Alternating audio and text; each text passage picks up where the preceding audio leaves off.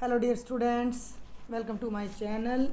बेटा जी, class 12th के स्टूडेंट्स काफ़ी दिनों से बोल रहे हैं कि मैम आप सैम्पल पेपर का सॉल्यूशन अपलोड करें, तो ये आज आपके लिए सैम्पल पेपर का सॉल्यूशन मैं ला रही हूँ। लेकिन अब क्योंकि हमारे कुछ क्लासेस के पेपर हो चुके हैं तो हमें अपने पेपर का पैटर्न मिल चुका है। तो देखो, पेपर तो अब मैंने चेंज किया नहीं है, लेकिन मैं आपको बता दूँ कि जो आपका पेपर आएगा उसमें आपके जो सेक्शन होंगे, फर्स्ट सेक्शन में आपके 1 मार्क के 11 क्वेश्चन आएंगे। सुन रहे हैं मेरी बात को? 11। बाकी पैटर्न वही है। सेक्शन नंबर बी में आपके 2 मार्क्स के 3 क्वेश्चंस आएंगे। सेक्शन नंबर सी में 3 मार्क्स के 3 क्वेश्चंस आएंगे। सेक्शन नंबर डी में 5 मार्क्स के 2 क्वेश्चंस आएंगे। जैसा कि मैंने बताया, तो जो 4 नंबर्स यहाँ से कट हो गए थे वो आपका सेक्शन नंबर ई में 4 मार्क्स का एक क्वेश्चन आएगा, जो कि केस स्टडी बेस होगा। 10th के पेपर को मैंने देखा है, सॉल्यूशन भी अपलोड कर दिया है, तो उसी के बेस पर मैं आपको एनालाइज करके अब बता रही हूँ। तो उनके बारे में मैं सारी बातें आपको बीच में यहाँ पर डिस्कस कर दूँगी। साथ में जो 11th नंबर का आपका जो क्वेश्चन आएगा वो असर्शन रीजन बेस्ड क्वेश्चन होगा, जिसके बारे में भी मैं इसी लेक्चर में आपको समझा दूंगी। तो आपको बिल्कुल घबराने की ज़रूरत नहीं है, ठीक है। और इस हाफ ईयरली के बाद मैं आपको इस टाइप के क्वेश्चंस के लिए स्पेशल चैप्टर वाइज अलग से प्रैक्टिस भी करवाऊंगी। तो चैनल पर बने रहिएगा, चैनल को सब्सक्राइब करके रखिएगा। लेक्चर पसंद आए तो शेयर भी ज़रूर कीजिएगा। एक और बात मैं क्लियर कर दूं कि ये केवल और केवल सैम्पल पेपर है। बच्चे मुझसे पूछते हैं कि मैम क्या यही आएगा? तो नहीं आएगा बेटा, यही बिल्कुल कैसे आ जाएगा? पेपर मैंने थोड़ा ही सेट किया है, मैं तो सिर्फ आपकी प्रैक्टिस करवा रही हूँ, ठीक है। तो देखते हैं जल्दी से। तो ये पैटर्न तो भी अपना चेंज हो चुका है, जो कि मैंने आपको बता दिया है। और अब आप यहाँ देखिए, सेक्शन नंबर ए पर आ जाइए। जो मैंने बनाया था उसमें प्रैक्टिस हो जाएगी अपनी क्वेश्चंस की। Relation R in the set Z of integers given by R a b 2 divides a minus b is reflexive, symmetric, transitive और इक्विवेलेंस। आर में सारे आर एक रिलेशन है जो सेट ऑफ इंटीजर्स पे हमारा है, 2a माइनस बी को डिवाइड करता है। तो रिफ्लेक्सिव, सिमेट्रिक और ट्रांजिटिव आपने देखना है। तो रिफ्लेक्सिव के लिए मैंने क्या बता रखा है कि दोनों जगह a लगा दो। अब a माइनस a करोगे तो 0 आएगा। तो क्या 2 0 को डिवाइड करता है? बिल्कुल करता है। अब अगर 2a, अब सिमेट्रिक पे आ जाओ। हमने मान लिया कि a b से रिलेटेड है, a b से रिलेटेड है तो 2a माइनस बी को डिवाइड करेगा। और 2 जिस नंबर को डिवाइड कर रहा है वो उसके नेगेटिव को भी डिवाइड करेगा, यानी b माइनस, भाई 2 अगर 4 को डिवाइड कर रहा है तो 2 माइनस 4 को भी तो डिवाइड करेगा। तो 2 b माइनस a को भी डिवाइड करेगा, तो b a से रिलेटेड हो गया। a b से पहले से रिलेटेड था, b a से रिलेटेड हो गया, तो सिमेट्रिक हो गया। अब आगे देखो, ट्रांजिटिव के लिए चेक करते हैं। हमने मान लिया कि a b से रिलेटेड है और b c से रिलेटेड है। जब a b से रिलेटेड है तो 2a माइनस बी को डिवाइड करेगा और 2b माइनस सी को भी डिवाइड करेगा। जब 2a माइनस बी को डिवाइड करेगा तो a माइनस बी 2 का मल्टीपल हो गया है। जब 2b माइनस सी को डिवाइड करेगा तो b माइनस सी भी 2 का मल्टीपल हो गया। इन दोनों को ऐड कर दो, a minus B plus B minus C बन गया 2m प्लस 2k। b से b कैंसिल हो गया और a माइनस सी 2 की टेबल में आ गया, 2 का मल्टीपल हो गया, यानी कि जो 2 है वो a माइनस सी को भी डिवाइड कर रहा है। तो a is related to c हो गया। तो आप देख सकते हो कि रिफ्लेक्सिव हो गया, सिमेट्रिक हो गया, ट्रांजिटिव हो गया। तो ये एक इक्विवेलेंस रिलेशन हो गया। तो पहले का हमारा जो 4th ऑप्शन है वो करेक्ट है, अपना इक्विवेलेंस रिलेशन। अब देखते हैं बेटा, अब देखते हैं question number 2। f is a function from r to r plus. Domain में रियल नंबर्स हैं, को डोमेन में पॉजिटिव रियल नंबर्स है। Be defined by f x is equal to x raise to power 4। Then f is 1 1 into 1 1 onto many 1 onto many 1 into. यानी पहले तो आपने check करना है कि ये फंक्शन 1 1 है या नहीं है और r से r प्लस पे है। तो बहुत सिंपल सी बात है, ये तो r है और ये r प्लस है। फंक्शन है x पावर 4, यहाँ पर 2 रखो, 2 की इमेज आएगी 2⁴। यहाँ पर -2 रखो, -2 की इमेज भी 16 आ रही है। 2 एंड -2 इक्वल नहीं है, लेकिन 2 और -2 की इमेज इक्वल आ रही है, यानी कि डिफरेंट एलिमेंट्स की जो इमेज है वो सेम आ रही है। सेम आ रही है तो फंक्शन 1 1 तो है नहीं, फंक्शन इज नॉट 1 1, मैनी 1 है। मैनी 1 है तो ऊपर वाले दोनों ऑप्शन अपने कट हो जाते हैं। नीचे वाले दो ऑप्शन पे विचार करो कि ऑन टू और इन टू है या नहीं है। अब ऑन टू का क्या मतलब है, देखो वर्बली एक ही नंबर का तो क्वेश्चन है, तो ज़्यादा तो हमने इस पर अपना दिमाग लगाना नहीं है। इसमें जो भी एलिमेंट्स हैं उनकी 4th पावर यहाँ है। जैसे 1 की इमेज 1 है, 2 की इमेज 16 है, 3 की इमेज 3 3 9 81 है, एंड सो ऑन, और बीच में और भी नंबर्स हमारे रह जाते हैं। तो हर एलिमेंट की प्री इमेज उसकी 4th पावर होगी। सुन लो मेरी बात ध्यान से भाई, y अगर x की पावर 4 है तो y की पावर 1/4 x होगा। x एक पॉजिटिव नंबर है, ठीक है, तो इसकी जो 1/4 पावर होगी वो इसमें 100% मिलेगी। तो ये आपका ऑन टू होगा, और ये आपका कैसा फंक्शन होगा, मैनी 1। तो आपका जो ऑप्शन नंबर 3 है that will be the correct answer, that is many 1 and onto. Clear है?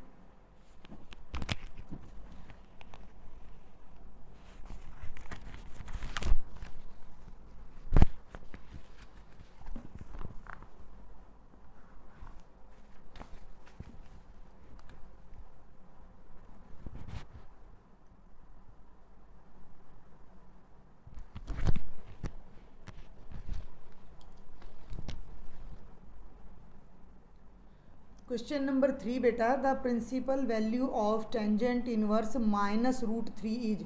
बहुत सिंपल सी बात है, टेंजेंट की जो प्रिंसिपल ब्रांच होती है वो -90 to 90 ओपन इंटरवल होता है। अब एक मतलब इसमें तो कोई ज़्यादा दिमाग लगाना ही नहीं है। टेंजेंट की वैल्यू √3 कितने पे होती है, अपना 60 डिग्री पे, π/3 पे। क्लियर है? टेंजेंट की वैल्यू √3 अपनी होती है π/3 पे, 60 पे, लेकिन ये -√3 है, तो -√3 है तो कितने पे हो जाएगी, -π/3 पे, और ये वैल्यू इस इंटरवल में आती है। तो सही ऑप्शन ये यहाँ मिस प्रिंट हो रहा है, मिस रिटर्न हो रहा है मैं कहूँगी, तो -π/3 हमारा करेक्ट ऑप्शन आ जाएगा, ऑप्शन नंबर 2। इसको ज़्यादा लंबा चौड़ा करने की ज़रूरत नहीं है। इसको अल्फ़ा ले लो, टेंजेंट अल्फ़ा बराबर है -√3 हो जाएगा टेंजेंट π/3, फिर ये माइनस अंदर जाएगा। तो ये तो वर्बल सी कैलकुलेशन है अपनी।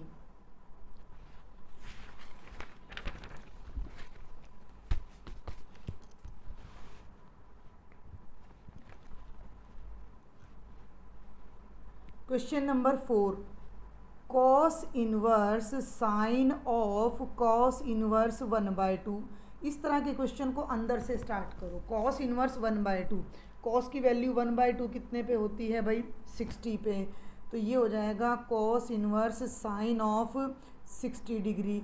साइन 60 कितना होता है, √3/2, तो ये हो जाएगा कॉस इनवर्स √3/2। और कॉस की वैल्यू √3/2 कितने पे होती है, 30 पे, 30 कितना होता है, π/6।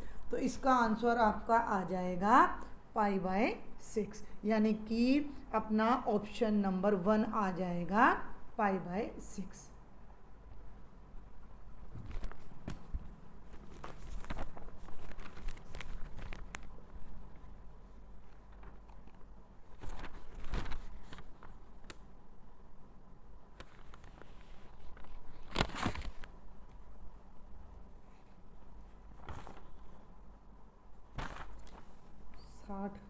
गलत है।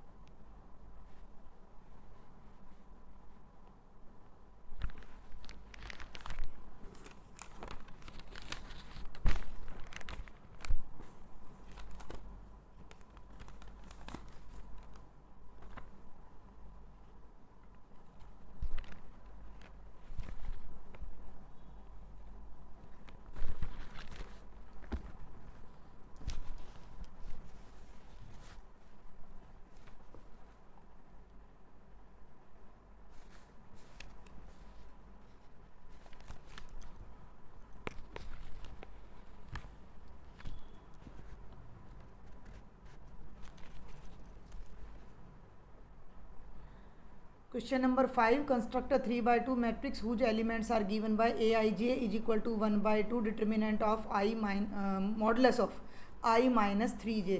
तो इसका एक दो पार्ट में बता देती हूँ, बहुत ही सिंपल सा क्वेश्चन है।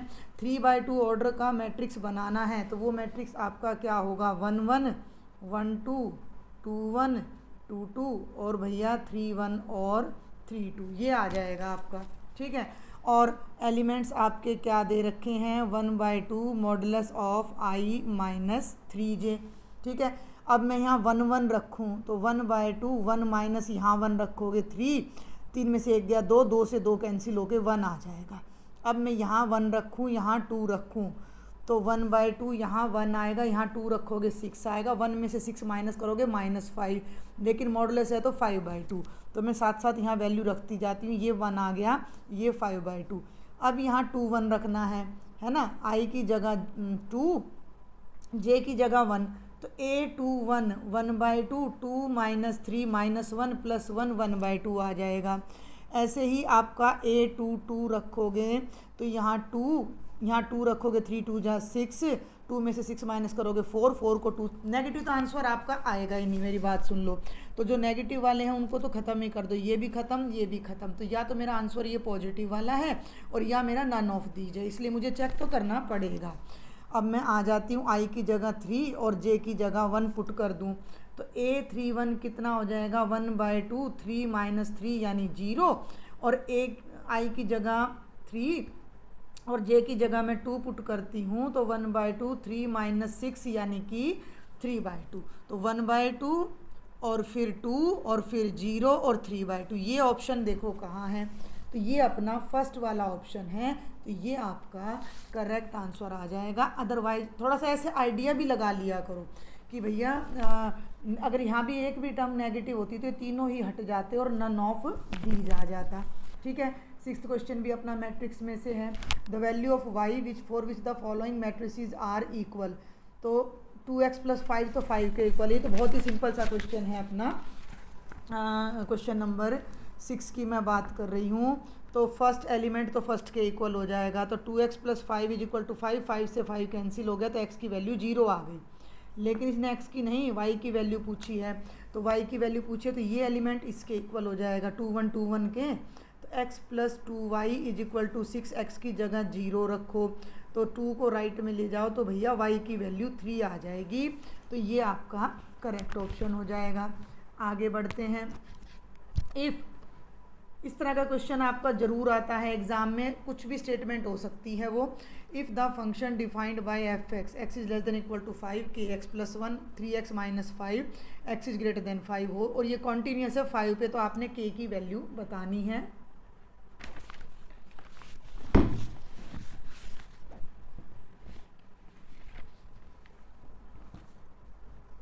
तो बेटा जब भी इस तरह का क्वेश्चन आपका 1 मार्क में आए तो मैं एक ही बात कहती हूँ बच्चों को कि कुछ भी मत करो, कॉन्टीन्यूस है, लेफ़्ट लिमिट और राइट लिमिट्स इक्वल होंगी, तो लेफ़्ट लिमिट के लिए इस पूरे फंक्शन में 5 पुट कर दो, राइट के लिए इसमें, और दोनों को इक्वेट कर दो, क्योंकि आप 1 मार्क का क्वेश्चन यहाँ पर करने जा रहे हो।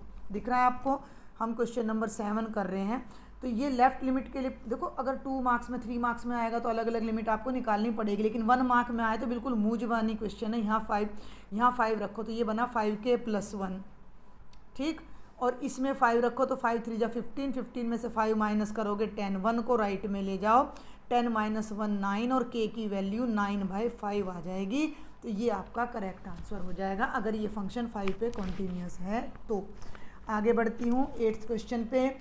x 2at² है, y 4at है, तो आपने dy/dx निकालना है। y आपका 4at है, पैरामीट्रिक फॉर्म आप इसको बोल सकते हो, तो dx/dt कितना हो जाएगा, 2 2 जा 4at। लॉजिक पकड़ना है, मैं सिर्फ लॉजिक्स क्लियर कर रही हूँ यहाँ कि भाई किस टाइप का क्वेश्चन आए तो आप क्या कर सकते हो।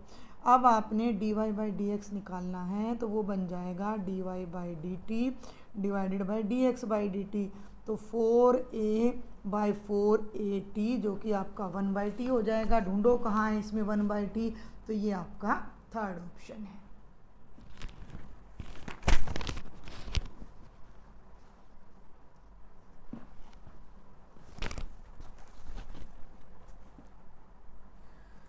क्वेश्चन नंबर 9 पे आ जाओ।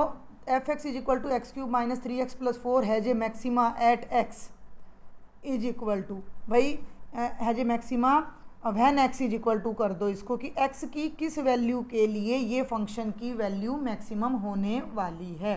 तो ये यहाँ पर मैंने जब पेपर दिया था वहाँ पर मैंने अब ये फ्लूइड लगा दिया, कुछ चेंजेज मैंने किए हैं, कुछ मिस्टेक्स हो गई थी पेपर बनाते समय, काफ़ी पेपर्स हो जाते हैं ना।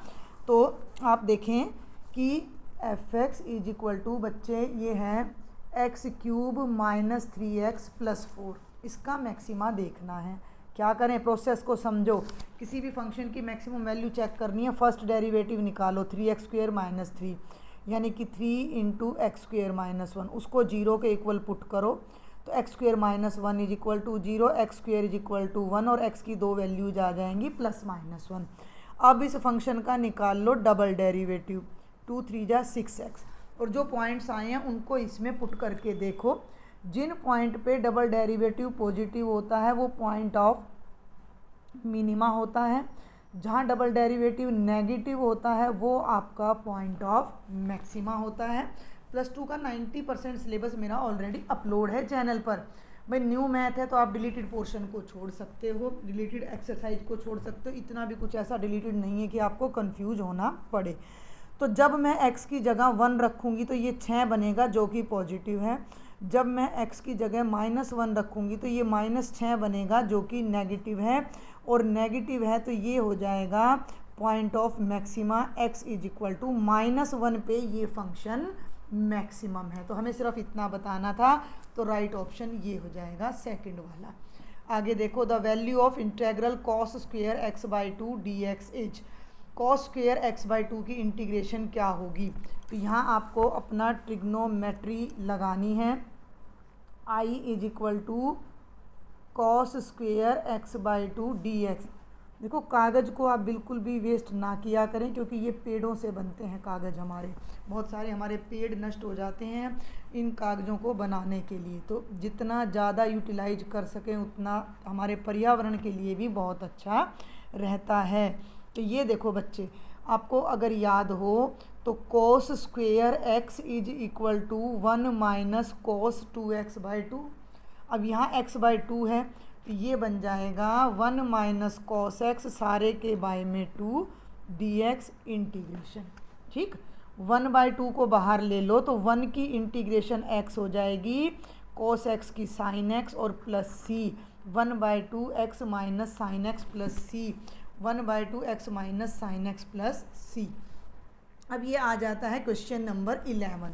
देखो मैं ना क्वेश्चन नंबर 11 आपको थोड़ा सा समझाती हूँ, इसको तो क्या समझा देती हूँ, फिर मैं आपको असर्शन रीजन पे ले जाती हूँ इसी क्वेश्चन से। द वैल्यू ऑफ इंटेग्रल, पहले इसी को समझते हैं, फिर मैं आपको असर्शन रीजन समझाती हूँ क्या होता है। मेरे ख्याल से आपके टीचर्स ने अभी आपको नहीं बताया होगा। तो ये हो गया बच्चे x स्क्वेयर माइनस 4 स्क्वेयर की इंटीग्रेशन। तो ये डायरेक्ट फॉर्मूला होता है 1/2 log of x minus a by x plus a। तो a का मतलब 4 है, ये हो जाएगा log of x minus 4 by x plus 4 plus c 1/8। तो ये आपका करेक्ट आंसर आ जाएगा। लेकिन अब मैं इस क्वेश्चन को बदल रही हूँ, मेरी बात ध्यान से सुन लीजिएगा, और वीडियो हेल्पफुल लगे तो भाई शेयर ज़रूर कर दिया करो, सब्सक्राइब भी किया करो ताकि मुझे भी अच्छा लगे, है ना। बहुत मेहनत से बनती हैं ये video. Assertion reason based question क्या होता है, आपको इस क्वेश्चन में 2 स्टेटमेंट मिलेंगी, क्योंकि आप इंग्लिश मीडियम में ही कर रहे हो। तो असर्शन, जिसे हम हिंदी में कथन कहते हैं, वो बुक वाला क्या कहेगा कि आपको एक सवाल दे देगा यहाँ कि भैया इसका उत्तर ये है, सुनना मेरी बात ध्यान से, कि भैया इसका उत्तर ये है, हो गया। अब ये देगा आपको एक रीजन, कारण देगा कि क्यों है। अब वो आपको कह देगा कि इंटीग्रेशन ऑफ, देख सुनना मेरी बात ध्यान से, x square plus a square d x is equal to 1/a tangent inverse x/a plus c है।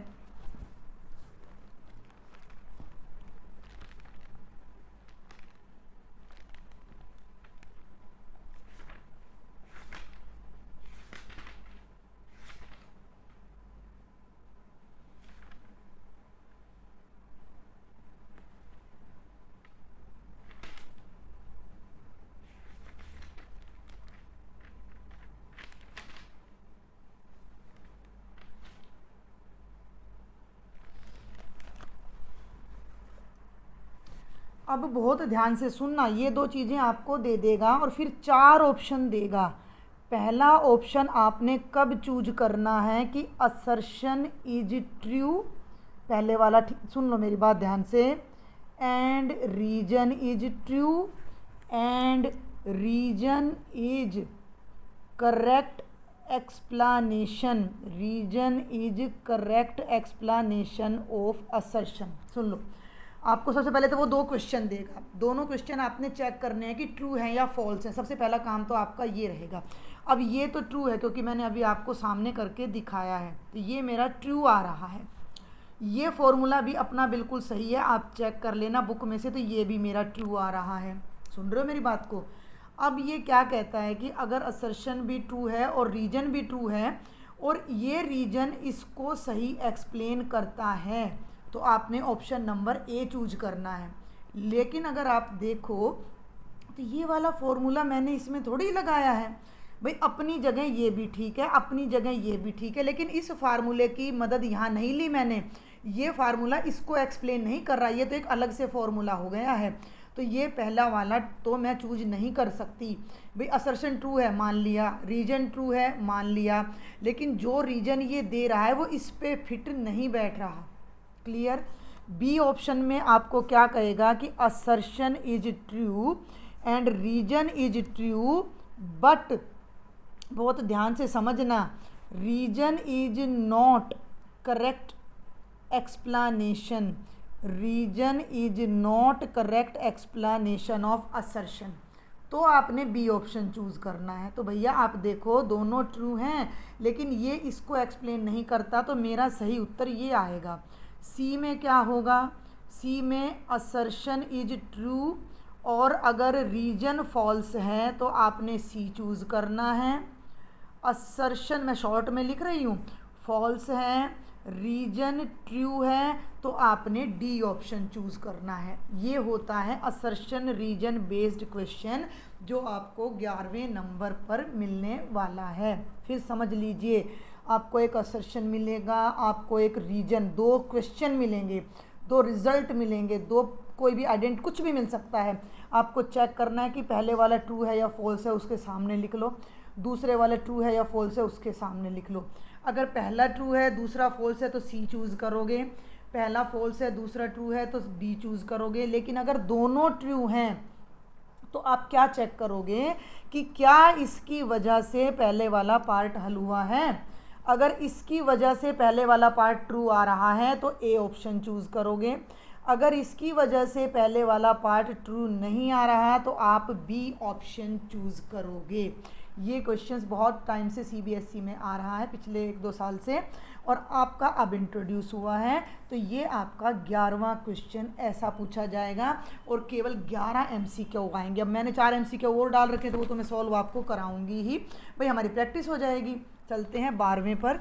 मैं होप करती हूँ ये आपको समझ आया होगा। ज़्यादा से ज़्यादा बच्चों को शेयर भी करना, ठीक है। 12वां देखो, 0 to 1 sine inverse x D x is equal to. अब ये अपना बिल्कुल अलग सा क्वेश्चन है, देखेंगे जरा, पेज को थोड़ा पतला कर लिया है मैंने। 12वां देखो, साइन इनवर्स की इंटीग्रेशन नहीं है आपके पास, साइन इनवर्स की इंटीग्रेशन का कोई डायरेक्ट फॉर्मूला नहीं है। तो आप क्या करोगे?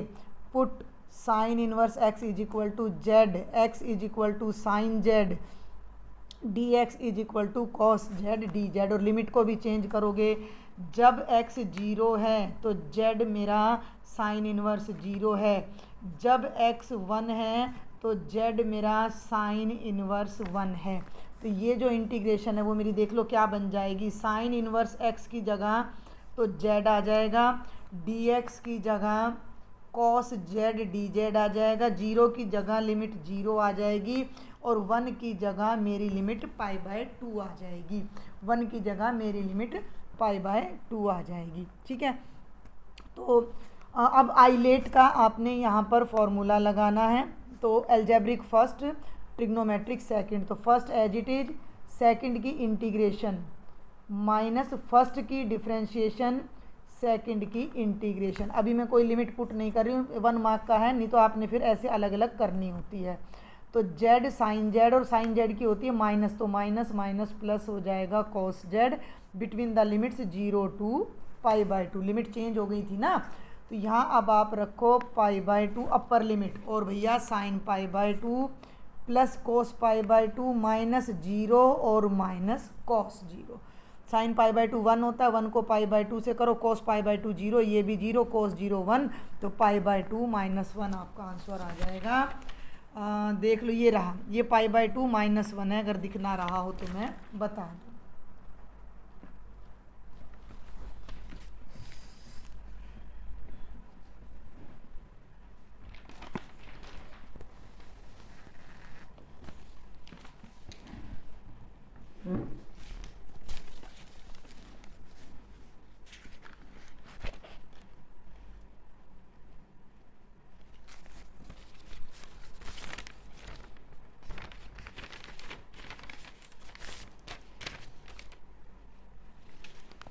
क्वेश्चन नंबर 13 बिल्कुल वर्बल है, आपको सारे की सारी डेफिनेशंस वगैरह भी क्लियर होनी चाहिए। Let A be a square matrix of order 3, A का ऑर्डर 3 है, देन डिटर्मिनेंट ऑफ के ए इज इक्वल टू, ये आपका डायरेक्ट रिजल्ट होता है कि k raise to power n determinant of A होता है, जिसमें n आपका किसी भी मैट्रिक्स का ऑर्डर होता है। तो n की जगह आप 3 लगा दोगे तो k³ डिटर्मिनेंट ऑफ a, तो ये आपका राइट ऑप्शन आ जाएगा।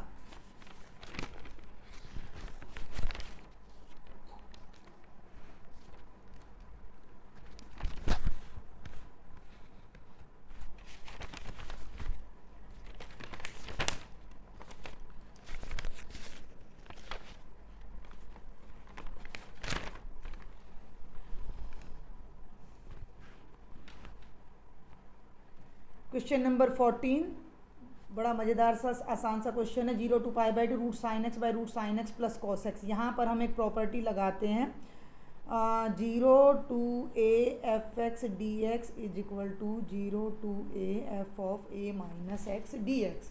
तो ये जो इंटीग्रेशन दे रखी है मैं डायरेक्ट यहीं पर चेंज कर रही हूँ, दोनों तरफ नज़र रखना। तो ये बनेगी 0 टू π/2, यहाँ साइन की जगह मैंने π/2 माइनस एक्स लगा देना है, यहाँ पे भी मैंने साइन ऑफ π/2 माइनस एक्स का अंडर रूट और कॉस ऑफ π/2 माइनस एक्स का अंडर रूट डी एक्स। ये क्या बन जाएगा, ध्यान से देखो, साइन 90 माइनस थीटा होता है कॉस थीटा, ये भी हो जाएगा कॉस थीटा, और ये हो जाएगा बच्चे साइन थीटा डी एक्स। ये जो रिजल्ट है इसको मैं 1 कर दूंगी, ये जो आया है इसको मैं 2, और मैं इन दोनों को ऐड करूंगी। ध्यान से देखना कि दो डेफिनेट इंटीग्रल तभी ऐड हो सकते हैं जब उनकी लिमिट्स सेम हो। तो 0 टू π/2 है, दोनों का एलसीएम भी देख सकते हो कि सेम है, root sine x plus cos x, root sine x plus cos x. a plus B और b प्लस ए से कोई फ़र्क नहीं पड़ता है आगे पीछे होने से। तो अब मैं करने जा रही हूँ 1 + 2। अगर मैं इसको i नाम दे दूँ तो दोनों के लेफ्ट में i हो गया 2i, और राइट में एक सिंपल सी लॉजिक है कि डिनोमिनेटर दोनों का सेम है, तो एक बार आ जाएगा और न्यूमरेटर आपस में ऐड हो जाएंगे। तो ये बन जाएगा 0 टू π/2, ऊपर आ जाएगा root sine x plus root cos x, root of sine x plus root of cos x, और डिनोमिनेटर में भी यही आ रहा है root of sine x plus root of cos x D x. दोनों कैंसिल होकर आपका 1 आ जाएगा, और 1 की इंटीग्रेशन x होती है, तो ये π/2 माइनस 0 2i आया है। i की वैल्यू निकालोगे तो 2 राइट में जाके π/4 हो जाएगा। चेक करो कहीं है ऑप्शन में, ये रहा। और 1 मार्क का लास्ट क्वेश्चन, क्योंकि अब मैं दे चुकी हूँ, देखो बार बार बोल रही हूँ आपको केवल 11 क्वेश्चन मिलेंगे, लेकिन वो कोई भी 11 हो सकते हैं, तो प्रैक्टिस करें। इफ़ 3x 5 1x 2 0 -1 2 इक्वल है तो x की वैल्यू निकालो। किसी बच्चे ने बोला था मैम आंसर रोंग है, आंसर रोंग नहीं था, ये ऑप्शन रोंग उतर गया था यहाँ पर। तो जब भी इस तरह का इक्वालिटी का डिटर्मिनेंट का क्वेश्चन आए तो आपने पहले डिटर्मिनेंट को सॉल्व करना होता है, डायरेक्ट 3x को 2 के इक्वल नहीं रख दीजिएगा। तो लेफ़्ट वाला डिटर्मिनेंट सॉल्व कर लो, ये क्या हो जाएगा 3x² और माइनस का 5, और ये हो जाएगा 4 - 0। 5 को राइट में ले जाओ तो 4 में ऐड होके 9 हो जाएगा। एक्स स्क्वेयर 3 आ जाएगा, अंडर रूट करोगे तो एक्स की वैल्यू प्लस माइनस रूट 3 आ जाएगी, जो कि ऑप्शन नंबर 3 है। तो ये 15 क्वेश्चंस मैंने दिए थे अपने ओल्ड पैटर्न के अकॉर्डिंग। नए पैटर्न के अकॉर्डिंग केवल 11 क्वेश्चन आएंगे। अब हम अपने सेक्शन नंबर बी पर आते हैं। सेक्शन बी में आपको 3 ही क्वेश्चंस मिलने वाले हैं 2 मार्क्स के।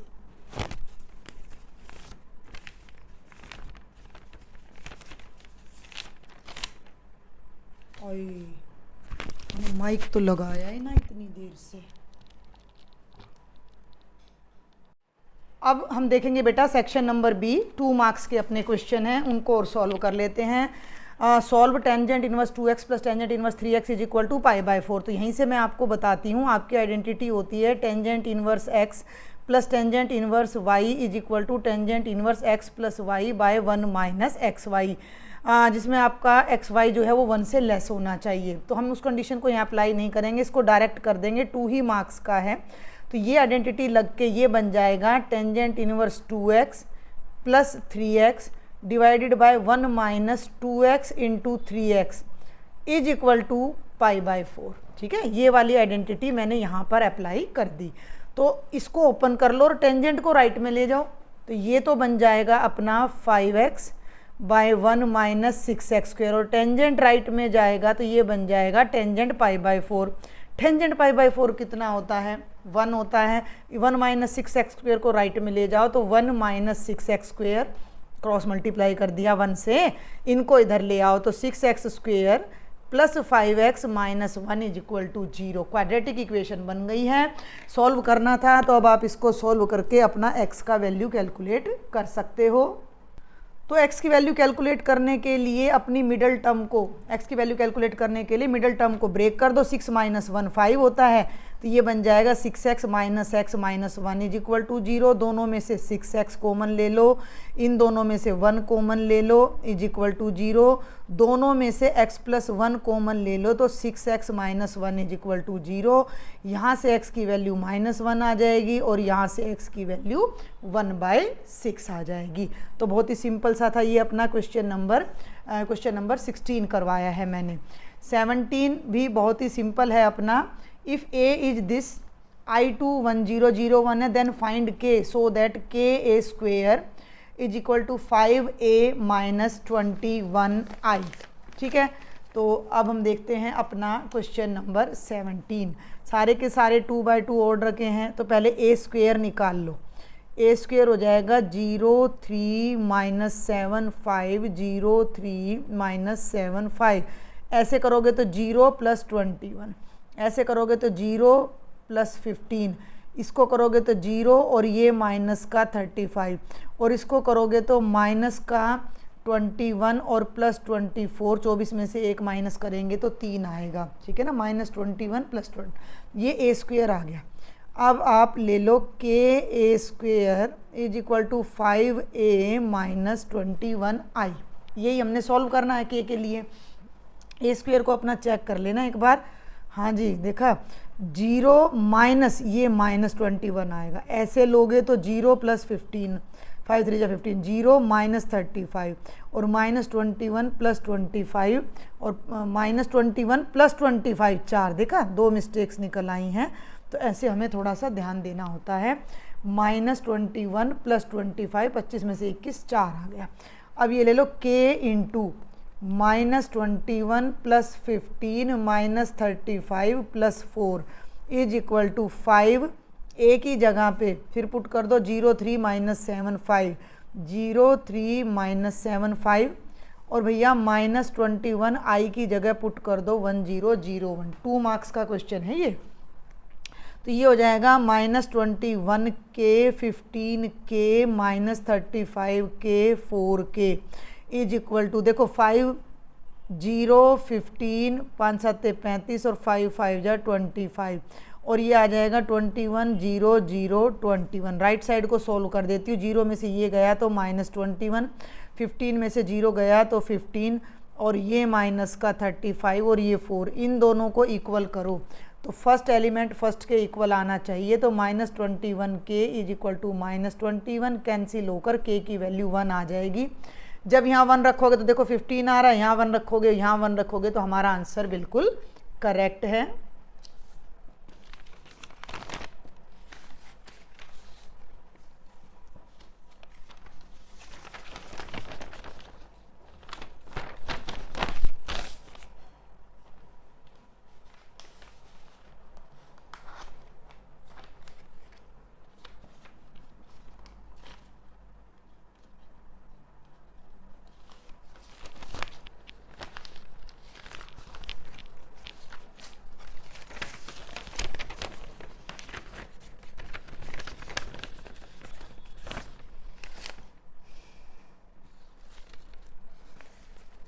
थर्ड क्वेश्चन देखते हैं 2 मार्क्स में। Evaluate e raise to power x tangent inverse x plus 1/1 plus x square. तो ये वाला क्वेश्चन वैसे तो वर्बल है, ये अपनी एक प्रॉपर्टी भी होती है। मैं देखो कुछ चीज़ें कोशिश कर रही हूँ कि साथ के साथ आपको बता सकूँ। अगर मेरे पास ऐसा कोई फंक्शन आता है कि ई की पावर एक्स की बगल में उसके साथ में कोई फंक्शन है और उसका डेरिवेटिव है, तो उसकी integration E raise to power X F X plus C हो जाता है। अब टेंजेंट इनवर्स एक्स की differentiation direct 1/1 plus x square है, क्लियर है, डायरेक्ट 1/1 प्लस एक्स स्क्वेयर है। तो इसका answer E raise to power x tangent inverse X हो जाएगा। लेकिन 2 मार्क्स का क्वेश्चन है तो पूरा आपने एक्सप्लेन करना है। और वो कैसे करना है, इसको साथ के साथ ओपन कर लो। ई पावर एक्स को मैं मल्टीप्लाई कर रही हूँ टेंजेंट इनवर्स एक्स से डी एक्स, प्लस ई पावर एक्स को मैं मल्टीप्लाई कर रही हूँ 1/1 प्लस एक्स स्क्वेयर से डी एक्स। 2 में बट गया ये। अब मैं एक को इंटीग्रेट करूँगी, एक को छोड़ दूँगी, इसको इंटीग्रेट करूँगी। तो ये फर्स्ट फंक्शन और ये सेकंड। देखो फर्स्ट फंक्शन यानी tangent inverse x as it is, second की इंटीग्रेशन माइनस इंटीग्रेशन में फर्स्ट की डिफरेंशिएशन जो कि हो जाएगी 1/1 प्लस एक्स स्क्वेयर, और सेकंड की इंटीग्रेशन डी एक्स, और इसको मैं एज इट इज लिख दूँगी। अब इन दोनों को ऑब्जर्व करो तो दोनों भैया बिल्कुल एक जैसे हैं, एक पॉजिटिव है एक नेगेटिव है, कैंसिल हो जाएगा। और जब इंटीग्रेशन का साइन बिल्कुल ख़त्म हो जाए तो लास्ट में आपने सी लगा देना होता है, e power x tangent inverse x plus c. तो ये अपने 2 मार्क्स के 3 क्वेश्चंस थे।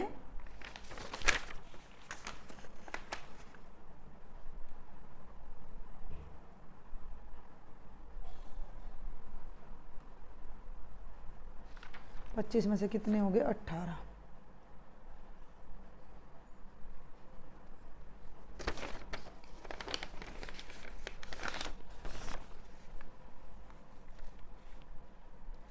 अब जल्दी से सेक्शन नंबर सी पर आ जाते हैं और 3 मार्क्स वाले क्वेश्चन में करवाती हूँ।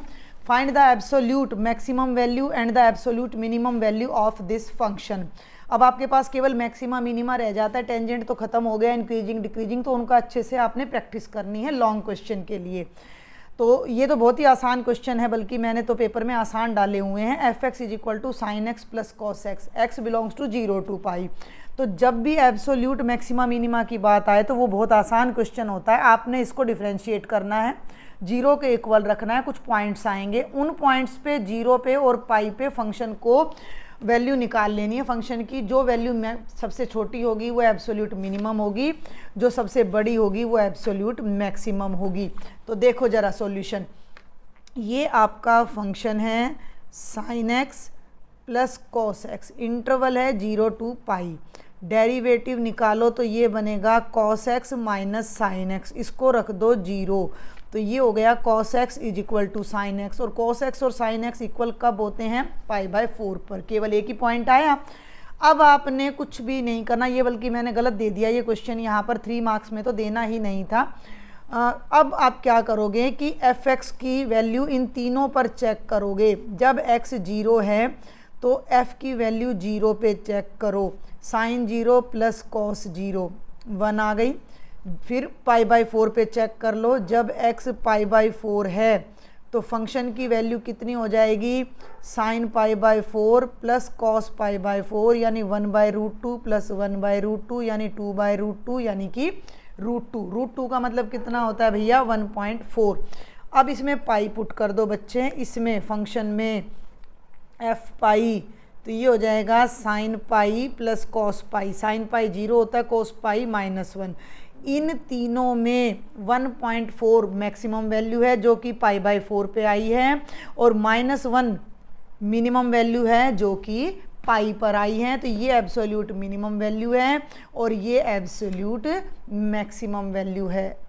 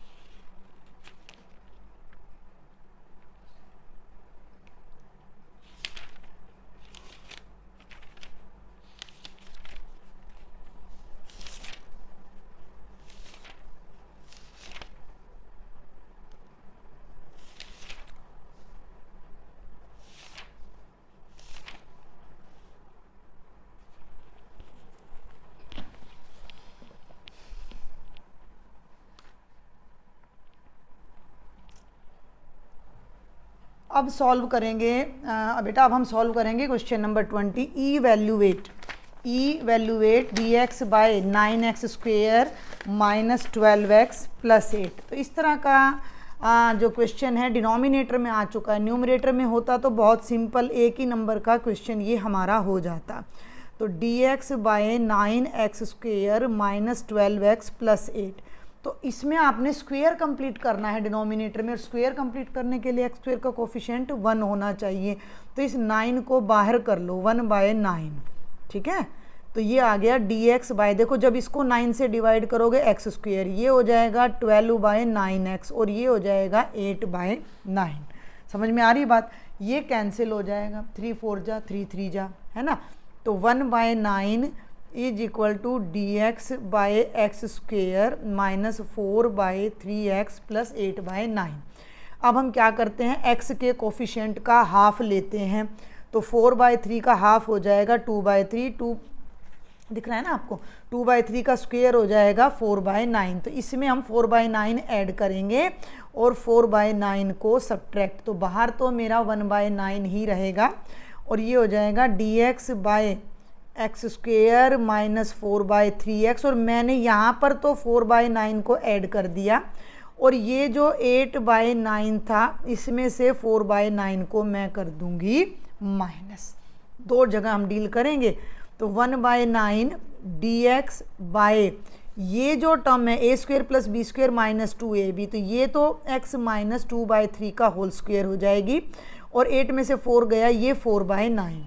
इसको फिर देखो एक बार ध्यान से, तो ये हो जाएगा 1/9 dx बाय x माइनस 2/3 का तो होल स्क्वायर, और 4 किसका स्क्वायर है 2 का, 9 किसका स्क्वायर है 3 का, तो ये हो जाएगा 2/3²।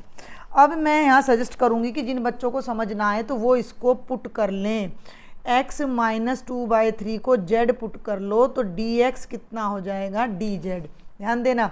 और ये इंटीग्रेशन हो जाएगी dz बाय z का स्क्वायर प्लस 2/3 का स्क्वायर।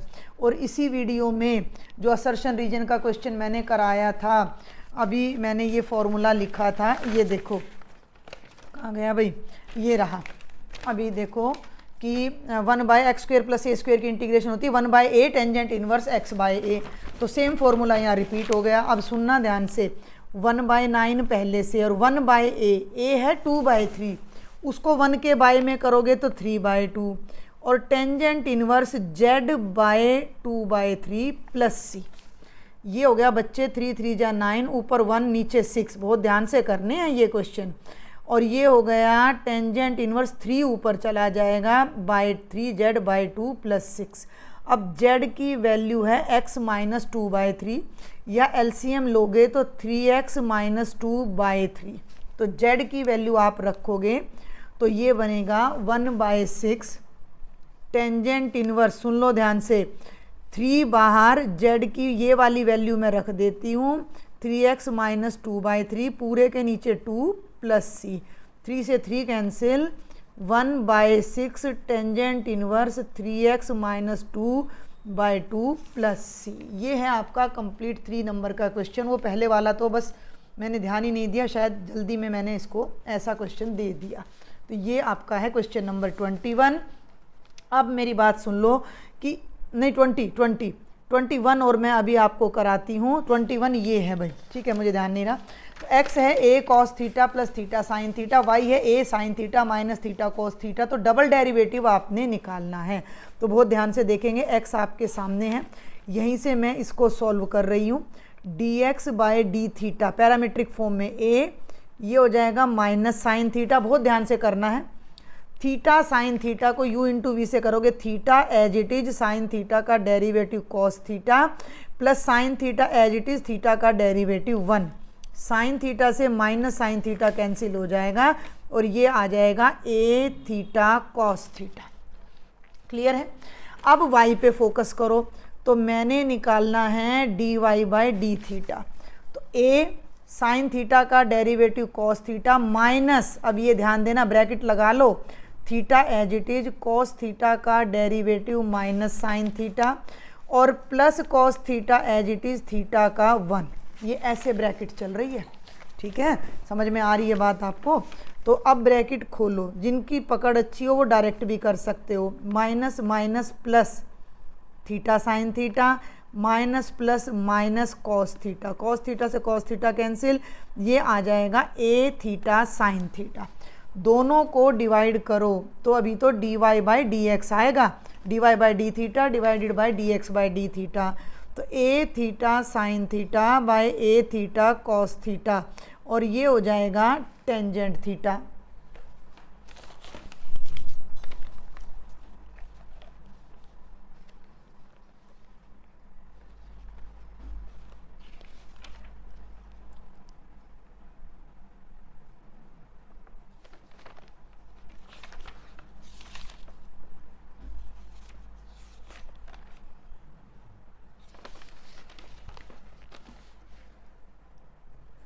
अब भाई हमने तो डबल डेरिवेटिव निकालना है, डबल डेरिवेटिव निकालना है।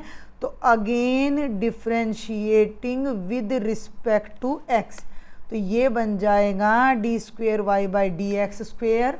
टेंजेंट थीटा का डेरिवेटिव हो जाएगा सीकेंड स्क्वेयर थीटा और थीटा को फिर डिफ्रेंशिएट करोगे विद रिस्पेक्ट टू x और ये है D theta by d x जो कि इसका रेसिप्रोकल होगा। ध्यान दो, D x by d theta है ए थीटा कॉस थीटा और ये D theta by d x है यानी इसका उल्टा। तो इसको आपको पुट करना पड़ेगा इस वैल्यू को 1 by a theta cos theta. Cos theta को ऊपर ले जाओ, सीकेंट बन जाएगा, एक सीकेंट स्क्वेयर थीटा पहले से है, एक ये है ए थीटा, तो ये बन जाएगा 1 by a secant cube theta by theta और ये आपका डबल डेरिवेटिव आएगा।